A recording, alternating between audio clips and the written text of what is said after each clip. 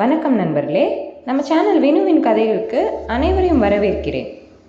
இதில் வரும் கதைகள், கவிதைகள் உங்களுக்கு அனைவருக்கும் பிடித்திருந்தால் மறக்காமல் என் சேனலுக்கு சப்ஸ்கிரைப் செய்து எனக்கு ஆதரவு தாருங்கள். என்னங்க, நம்ம காதல் தொடர் என் உயிர் நீயடா அதோட பகுதி 5 கதைக்குள்ள செல்வோமா? தம்பி, நம்ம விஜய் ஹாஸ்பிட்டல் போடா. நான் டாக்டர் கிட்ட ஃபோன் பண்ணி சொல்லிட்டேன். பாப்பா இன்னும் மயக்கத்தில் தான் இருக்கான். நம்ம பிரியாம்மா கிட்ட சொல்லிட்டேன், அவள் அங்கே வந்துடுவா. சரிம்மா என்று கூறிய மருத்துவமனைக்கு சென்றான். மா, ஹாஸ்பிட்டல் வந்துடுச்சு, இறங்குமா. நில்லு, நான் குட்டிமாவை தூக்குறேன். சரிடா. நிவேதாவை தூக்கி கொண்டு மருத்துவமனை உள்ளே சென்றனர். மருத்துவமனை உள்ளே மருத்துவர் அவளுக்கு சிகிச்சை அளித்தார். அவளுக்கு குளுக்கோஸ் போட சொல்லி விட்டு வெளியே வந்தார் வசுமாவின் தோழி மருத்துவர் விஜயலட்சுமி. விஜி, நிவிமாக்கு இப்போ எப்படி இருக்கு? நில்லு வசு. நிதிஷ், போய் ஜூஸ் வாங்கிட்டு வா. சரி டாக்டர் என்று ஜூஸ் வாங்க சென்றான். வசு, நிவேதாக்கு அதிகமாக ப்ளீட் ஆகுது. அவள் ரொம்ப வீக்காக இருக்கா. அப்புறம் ரொம்ப மன அழுத்தத்தில் இருக்கா. அதனால தான் அதிகமாக ப்ளீட் ஆகுது. அவளுக்கு கண்டிப்பாக ரெஸ்ட்டு தேவை. 1 வாரத்துக்கு சத்தான ஆகாரம் தாங்க. அவளுக்கு குளுக்கோஸ் முடிஞ்சதும் கூட்டிகிட்டு போங்க. அவளுக்கு பீரியட்ஸ் முடிஞ்சதும் திரும்பியும் ஹாஸ்பிட்டல் கூட்டிகிட்டு வாங்க. சரி விஜி, ரொம்ப நன்றி. வேற எந்த பிரச்சனையும் இல்லைல்ல? எதுக்கு இதுக்கெல்லாம் நன்றி சொல்லிட்டு? அவளுக்கு எந்த பிரச்சனையும் இல்லை. நான் கிளம்புறேன். நீ எதுவும் சாப்பிட்டு இருக்க மாட்ட. உனக்கு தான் ஜூஸ் வாங்கிட்டு வர சொன்னேன், குடிச்சு. குளுக்கோஸ் முடிஞ்சதும் நிவேதாவை கூட்டிகிட்டு கிளம்புங்க. நான் கிளம்புறேன் என்று கூறி சென்று விட்டார். அத்தம்மா வாங்க, உட்காருங்க. மாமா வந்துட்டார். ஜூஸ் குடிங்க, நான் போய் ஏஞ்சல் பார்த்துக்கிறேன். சிறிது நேரம் கழித்து குளுக்கோஸ் முடிந்தவுடன் அவளை டிஸ்சார்ஜ் செய்து அழைத்து சென்றனர். வசும்மா வீட்டில். நிவேதாவை அறையில் தூங்க வைத்துவிட்டு மூவரும் வெளியே வந்தனர். மா, நான் போய் சாப்பிட ஏதாவது வாங்கிட்டு வரட்டா? என்ன வாங்கிட்டு வரட்டும்? இல்லை நிதிஷ், வெளியில் வேண்டாம், வீட்டிலையே பண்ணிக்கலாம். போய் குளிச்சுட்டு வாங்க, நானும் குளிச்சுட்டு வரேன் என்று அறைக்கு சென்றார். இங்கு நிதிஷ் அறையில். பாப்பு, மிஸ் யூ என்று கூறி பிரியாவை அணைத்தான் நிதிஷ். மிஸ் யூ டூ மாமா. ஆனால் நீ 4 நாளில் வரேன்னு எத்தனை நாள் ஆயிடுச்சு வர? ஓ, நீ ரொம்ப பேட். என்னை விடு, நான் போய் சமைக்க அத்தம்மாவுக்கு ஹெல்ப் பண்ணுறேன். பாப்பு, ஏன் இந்த விளையாட்டு? குட்டிமாவுக்கு வேற உடம்பு சரியில்லை. ஏன் இந்த ரிஸ்க்கு? அம்மா பண்ணட்டும். அவனை தள்ளிவிட்டு, டேய் மாமா, என்ன கலாய்க்கிறியா? டெய்லி நைட் நான் தானே சமைக்கிறேன். நல்லா இருக்குன்னு முக்கிட்டு இப்போ நல்லா இல்லைன்னு சொல்கிற. போடா, இன்னைக்கு உனக்கு டின்னர் கட்டு. நான் நிவி இருக்கிற ரூமில் குளிக்கிறேன் என்று கூறி துணியை எடுத்துக்கொண்டு அவனை முறைத்து விட்டு சென்று விட்டான். டேய், நீயே ரொம்ப நாள் கழிச்சு இப்போ தான் வீட்டுக்கு வந்த. ஏன்டா வாயை வச்சுட்டு சும்மா இருக்க மாட்ற? பைத்தியக்காரா, இப்போ பாரு கோச்சிட்டு போறா என்று தன் தலையில் அடித்து குளிக்கச் சென்றான். நிவி அறையில் குளித்துவிட்டு சமையல் அறைக்கு சென்றால் அங்கு ஏற்கனவே வசுமா வந்து இருந்தார். அத்தம்மா, என்ன சமைக்கலாம்? இட்லி சாம்பார் மட்டும் பண்ணிடலாமா? போதுண்டா அதுவே. நீ வெங்காயம் 3 தக்காளி 1 வெட்டி வை. நான் போய் இட்லி மாவு கரைச்சி வச்சுட்டு வரேன் என்று மாவு கரைக்க சென்றார். பிரியாவும் அனைத்தும் வெட்டி வைத்து விட்டாள். நான் சட்னி அரைக்க தேங்காய் துருவுறேன், நீ வெங்காய சாம்பார் வை. அதுதான் அவசரமாக செய்ய முடியும். பிரியா வானலியை அடுப்பில் எடுத்து வைத்து சூடானவுடன் எண்ணெயை ஊற்றி அதை காய்ந்தவுடன் கடுகு போட்டு தாளித்து வெட்டி வைத்த வெங்காயம் போட்டு அது வணங்கியவுடன் தக்காளி போட்டு வணங்கி தேவையான அளவு உப்பு, மிளகாய்த்தூள் போட்டு வணக்கி அதில் ஏற்கனவே பொட்டுக்கடலை மற்றும் வரமிளகாய் போட்டு அரைத்த மாவை தேவையான அளவு தண்ணீரில் கலக்கி வணக்கி வைத்த வானலியில் ஊற்றி அது கொதித்தவுடன் இறக்கி வைத்தாள். அதற்குள் வசுமா இட்லி ஊற்றி வைத்து சட்னியும் அரைத்து வைத்து விட்டார். அத்தம்மா, நான் போய் நிவி மாவை எழுப்பி குளிக்க சொல்லிட்டு அவள் ரெடியானதும் கூட்டிகிட்டு வரேன். சரிடா, நீ போ, நான் எல்லாம் எடுத்து வச்சுட்டு நிதிஷ் சாப்பிட கூட்டிகிட்டு வரேன். வசுமா எல்லாம் எடுத்து வைக்க பிரியா நிவேதாவை எழுப்பி குளிக்க அனுப்பி இலகுவான உடை அணிவித்து எடுத்து வைத்து அவள் அணிந்து வரவும் அவளை டைனிங் டேபிளுக்கு அழைத்து வந்தாள். அவளை உட்கார வைத்துவிட்டு அனைவருக்கும் தட்டெடுத்து வைத்துவிட்டு உணவு பரிமாறிவிட்டு நிவேதாவுக்கு ஊட்டிவிட்டாள். நிவேதா அவளையே கண்கலங்கி பார்த்து கொண்டிருந்தாள். ஏஞ்சல், என்ன ஃபீலிங்கான்னு கேட்கிறேன். சாப்பிடு ஒழுங்கா என்று அவளுக்கும் ஊட்டிவிட்டு அவள் சாப்பிட்டாள். அனைவரும் சாப்பிட்டு முடித்தவுடன் கொஞ்ச நேரம் பேசி கொண்டிருந்தனர். பிரியாம்மா, நீ பாப்பாவை கூட்டிகிட்டு போயிட்டு தூங்க வை. நான் பால் எல்லாருக்கும் எடுத்துகிட்டு வரேன். தூங்க வச்சுட்டு நீ உன் ரூம் போ. நான் நிவிமா கூட தூங்குறேன். அத்தம்மா, நோ, நீங்கள் போய் தூங்குங்க. நான் போய் நிவி கூட தூங்குறேன்.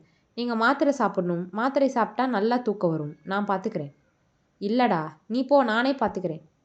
அட 2 பேரும் வேணாம், நானே நல்லா தானே இருக்கேன். போய் தூங்குங்க அவங்கவுங்க ரூமில்.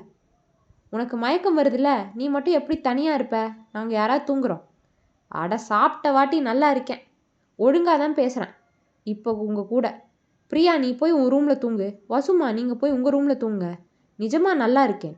அதனால் நானே நடந்து போய் என் ரூமில் தூங்கிக்கிறேன். 2 பேரும் அவங்கவுங்க ரூமுக்கு போங்க. குட் நைட் எல்லாருக்கும் என்று கூறி அவர்கள் பேசும் முன் அறைக்குள் சென்று விட்டாள். அடியே ஏஞ்சல் நில்லு என்று கத்தினாள் பிரியா. நிற்க மாட்டேன் போ, அண்ணா கூட போய் தூங்கு என்று கூறி அறை கதவை மூடிவிட்டாள். என்ன அத்தம்மா போய் ரூம் மூடிக்கிட்டா? மாத்திரை சாப்பிடவே இல்லை. போய் அதையாச்சும் எடுத்து கொடுத்துட்டு வரேன். ஏன் இப்படி ஓடுறாளோ கடவுளே. அத்தம்மா நீங்கள் போய் தூங்குங்க, மாமா நீங்களும் போங்க, நான் வரேன் என்று கூறி நிதி அறைக்குள் சென்று விட்டாள். வசுமாவும் நிதிஷும் அவரவர் அறைக்கு சென்று விட்டனர். ஏஞ்சல் கதவை தொற, மாத்திரை எடுத்து கொடுக்கணும், கொடுத்துட்டு நான் ரூமுக்கு போகிறேன். நிஜம்மா? அடியே சத்தியமாக போயிடுறேன், கதவை தொற என்று கூறியவுடன் தான் கதவை திறந்தாள். நீ இருக்கிய ஏஞ்சலு, என்கிட்ட மட்டும் வாய் பேசு, மற்ற எல்லார்கிட்டையும் பச்சை புள்ள மாதிரி இரு. இந்தா சாப்பிடு, ஏதோ இருந்தால் ஒழுங்காக சாப்பிடு, சரியா? குட் நைட் என்று கூறி நிவேதா கன்னத்தில் முத்தமிட்டாள். பிரியாம்மா என் அண்ணாக்கு கொடு, எனக்கு ஏன் தர? அப்படின்னா நான் கொடுத்த முத்தம் வேணாமா? சரி நான் இங்கேயே தூங்குறேன். நோ இந்தா என்று கூறி பிரியா கன்னத்தில் அவளும் முத்தமிட்டாள். சரி நீ தூங்கு, டோர் லாக் பண்ணாத, நானும் தூங்க போகிறேன், டாட்டா என்று கூறி சென்று விட்டாள். நிவியும் சென்று தூங்கச் சென்று விட்டாள். அங்கு ஒருவன் இவள் நினைவில் தூங்காமல் இருக்கிறான். ஆனால் இவள் பல வருடம் தூங்காத தூக்கத்தை இன்றுதான் தூங்குவது போல் இன்று நன்றாக தூங்கச் சென்றாள். இங்கு நிதிஷ் அறையில். களைப்பில் அவன் போனவுடன் தூங்கிவிட்டான். பிரியா சென்று பார்க்கும் பொழுது ஆழ்ந்த உறக்கத்திற்கு சென்றிருந்தான். இவள் போய் அவனின் நெற்றியில் முத்தம் கொடுத்து அவனை அணைத்து தூங்கிவிட்டாள். நாம் போய் முறைச்சிட்டு நின்னாங்களே, அவங்கள பார்க்கலாம் வாங்க. மா அவள் அங்கே போய் அங்கே நிம்மதியாக இருப்பாளா? அவள் எப்படி அப்படி இருக்கலாம்? நம்மளை அவமானப்படுத்திட்டு போயிருக்கா. எப்படியோ அவளை நம்ம வீட்டுக்கு கூட்டிகிட்டு வந்து பயங்கர வேலை செய்ய வைக்கணும். ஆமாம் நிஹா, அவள் நிம்மதியாக இருக்கக்கூடாது. இப்போயே உங்கள் அப்பா வரட்டும், போய் கூப்பிட்டு வர சொல்லலாம். நில்லு, உங்கள் அப்பாவுக்கு ஃபோன் பண்ணி வர சொல்கிறேன். 2 முறை அழைத்தும் ஃபோன் எடுக்கவே இல்லை. இன்னொரு முறை அழைக்கும் பொழுது தான் எடுத்தார். ஹலோ என்னங்க, எங்கே இருக்கீங்க? ஏய், ஒரு முறை எடுக்கலனா விட வேண்டியது தானே, எதுக்கு ஃபோன் போட்டு உசுரை வாங்குற? சொல்லி தொலை, எதுக்கு ஃபோன் பண்ண என்று கூறினார் நிவேதாவின் தந்தை ஜனகராஜ். அதுங்க அந்த குண்டச்சி வீட்டை விட்டு போயிட்டாங்க. அந்த சனியம் போயிட்டாளா? நிம்மதி. விடு, அதை பற்றி பேச்சை எடுக்காத. இனிமேல் ஃபோன் பண்ணால் கொன்னுடுவேன், வை ஃபோனை என்று வைத்து விட்டார். என்னம்மா இவர் வச்சிட்டாரு? சரி வீட்டுக்கு வரட்டும். இவர் பேசுகிறது பார்த்தா 2 நாளைக்கு வீட்டுக்கு வரமாட்டார் போலடி. மாதத்துக்கு 2 நாள் எங்கே போகிறாருன்னே தெரியல. என்னமோ பண்ணட்டும். ஆனால் அவர் வந்த உடனே அந்த சனியை இங்கே வரணும், நிம்மதியாக இருக்கக்கூடாது. மா உங்ககிட்ட ஒரு சந்தேகம் கேட்கட்டா? கேளு தங்கம். மா அவளை ஏன் இப்படி வெறுக்கிற? அதுவா, எங்கள் கல்யாணம் ஆகி 7 வருஷம் ஆகி தான் பிறந்தா. அவள் வயிற்றில் இருக்கப்ப சின்ன சின்ன பிரச்சனை வரும், நாங்கள் கண்டுக்க மாட்டோம். உங்கள் அப்பா கூட பாசமாக இருந்தார். ஆனால் அவள் பிறக்கிற வரைக்கும் நல்லா இருந்த கடை இவள் பிறந்த நேரத்தில் எல்லாம் எரிஞ்சு போயிடுச்சு. அப்போ இருந்தே இவகிட்ட பாசமாக பேச மாட்டார். நீயும் அடுத்த வருஷத்தில் பிறந்த. நீ பிறந்த வாட்டி தான் கொஞ்சம் நமக்கு நல்ல நேரம் ஆரம்பிச்சது, கொஞ்சம் நல்லா போச்சு. உங்கள் அப்பா கிட்ட இவர் பேசவே மாட்டார். நீ பிறந்த வாட்டி. ஆனால் அவள் எப்போ வயசுக்கு வந்தாலோ அப்போ திரும்பியும் பிரச்சனை ஆரம்பிச்சிது. கடை ஒழுங்காக போல, உனக்கு உடம்புல பிரச்சனையாச்சு. இதெல்லாம் பார்த்து உங்கள் அப்பாவும் நானும் ஜோசியரை போய் பார்த்தோம். இவளால் நம்ம வீட்டுக்கு பிரச்சனை மட்டும்தான் வருமா, உயிர் தேசம் எதுவும் ஆக வாய்ப்பு இருக்குன்னு சொன்னாங்க. சரின்னு நாங்களும் வீட்டுக்கு கிளம்பிட்டோம். ஆனால் கொஞ்சம் தூரம் வந்த உடனே ஒரு லாரி எங்கள் வண்டியில் இடிக்க வந்துடுச்சு. கொஞ்சம் நேரத்தில் கவனித்து வண்டியை திருப்பிட்டோம். இல்லைன்னா 2 பேரும் இந்நேரம் உயிரோடையே இருந்திருக்கவே மாட்டோம்.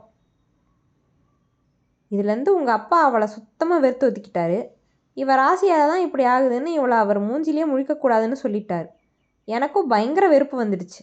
அதுவும் இல்லாமல் யானை மாதிரி குண்டா ஆகிட்டா.